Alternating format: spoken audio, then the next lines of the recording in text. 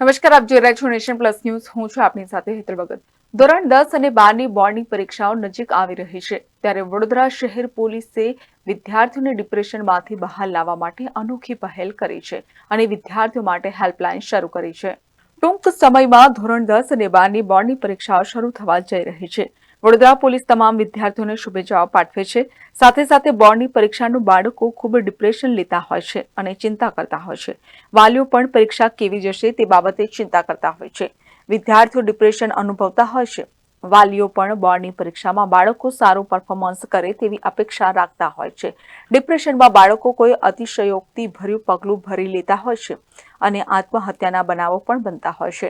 ત્યારે પોલીસે અને વિદ્યાર્થીઓ માટે હેલ્પલાઇન શરૂ કરી છે. 100 અને હેલ્પલાઇન નંબર 7434888100 નો સંપર્ક કરવા પોલીસે જણાવ્યું છે. ડીસીપી લીના પાટીલે જણાવ્યું હતું કે પોલીસે આ ખાસ પહેલ શરૂ કરી છે, જેમાં માતા પિતા અને તેમના સગા સંબંધીઓને લાગતું હોય છે બાળક ડિપ્રેશનનો ભોગ બન્યું છે અને તે ખૂબ જ સ્ટ્રેસ લઈ રહ્યો છે, તો પોલીસનો સંપર્ક કરી શકે છે. તે ઉપરાંત પરીક્ષા દરમિયાન કોઈને વાહનની તકલીફ હોય, બોર્ડના કેન્દ્ર સુધી પહોંચવામાં તકલીફ પડતી હોય તો હેલ્પલાઇન નંબર ઉપર મેસેજ, વોટ્સએપ અને કોલ કરી શકે છે. આ ઉપરાંત માતા પિતાને લાગતું હોય કે કોઈ વિષયમાં બાળકને તકલીફ હોય તો અને તેના લીધે સ્ટ્રેસ લેતો હોય તો મહિલા સુરક્ષા સમિતિના સભ્યો મારફતે એ વિષયનું કાઉન્સેલિંગ અને ગાઈડલાઇન્સ પણ આપવામાં આવશે. ટૂંક સમયમાં ધોરણ 10મા અને 12માની બોર્ડની પરીક્ષાઓ ચાલુ થઈ રહી છે.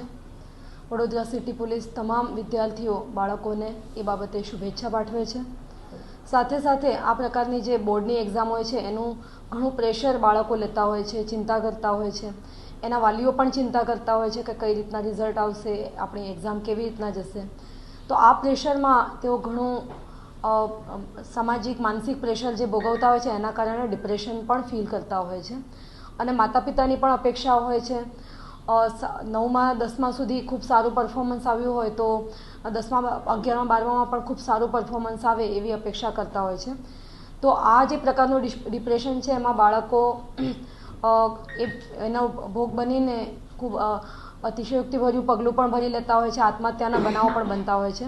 તો એના માટે વડોદરા સિટી પોલીસે આવા બાળકો માટે ખાસ પહેલ આદરી છે કે જે અંતર્ગત બાળકો છે એ કાં તો એના માતા પિતા કે એના સગા સંબંધી અથવા કોઈ પણ વ્યક્તિ કે જેને લાગતું હોય કે આ બાળક ડિપ્રેશનનો ભોગ છે કાં તો એ ખૂબ જ સ્ટ્રેસ લઈ રહ્યો છે તો તેઓ અમારો સંપર્ક કરી શકે છે. 100 નંબર ઉપર પણ ફોન થઈ શકે છે. સાથે સાથે અમારો હેલ્પલાઇન નંબર પ્લીઝ નોટ કરી લેશો, 7434888100. હું રિપીટ કરીશ, 7434888100. આ જે નંબર છે એ સાથે સાથે 100 નંબર પણ ડાયલ કરી શકાય છે. આ સાથે સાથે 1096 નંબર પણ અવેલેબલ છે.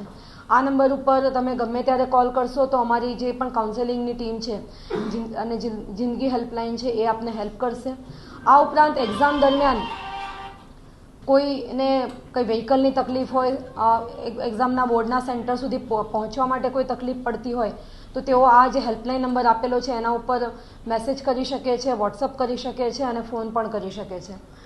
આ ઉપરાંત બાળકના માતા પિતાને પણ એવું લાગતું હોય કે બાળકને લઈને જો કોઈ પર્ટિક્યુલર સબ્જેક્ટમાં કંઈ તકલીફ હોય, જેમ કે ઘણા બધા બાળકો કોન્ફિડન્ટ હોય બીજા સબ્જેક્ટમાં પણ મેથ્સમાં હોય કે સાયન્સમાં હોય કે એના લીધે વધારે સ્ટ્રેસ લેતા હોય તો અમારા તરફથી અમને કોન્ટેક્ટ કરવામાં આવશે તો અમે પર્ટિક્યુલર સબ્જેક્ટને મહિલા સુરક્ષા સમિતિના અમારા સદસ્યો મારફતે એ પર્ટિક્યુલર સબ્જેક્ટનું કાઉન્સેલિંગ સાથેનું એક્સ્ટ્રા ગાઈડન્સ પણ અમે આપીશું.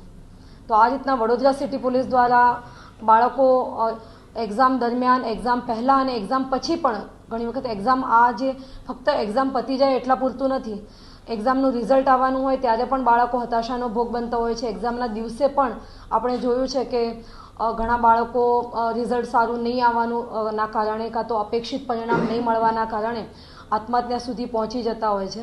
તો એવા સમયે મા બાપ અને એના સગા સંબંધીઓ કે એના મિત્રો જેને પણ એવું લાગે કે આ બાળક કાં તો બાળક પોતે પણ અમને કોન્ટેક્ટ કરી શકે છે કે આને મને તકલીફ થઈ રહી છે તો અમે કાઉન્સેલિંગ કરીશું અને એ બાળકને આ હતાશામાંથી બહાર કાઢવાનો ખૂબ જ પ્રયત્ન કરીશું. અમારી શી ટીમ અને આખી જે વડોદરા સિટીની પોલીસ છે એને હેલ્પ કરવા માટે તત્પર છે. Bureau report, nation plus news, Vadodara.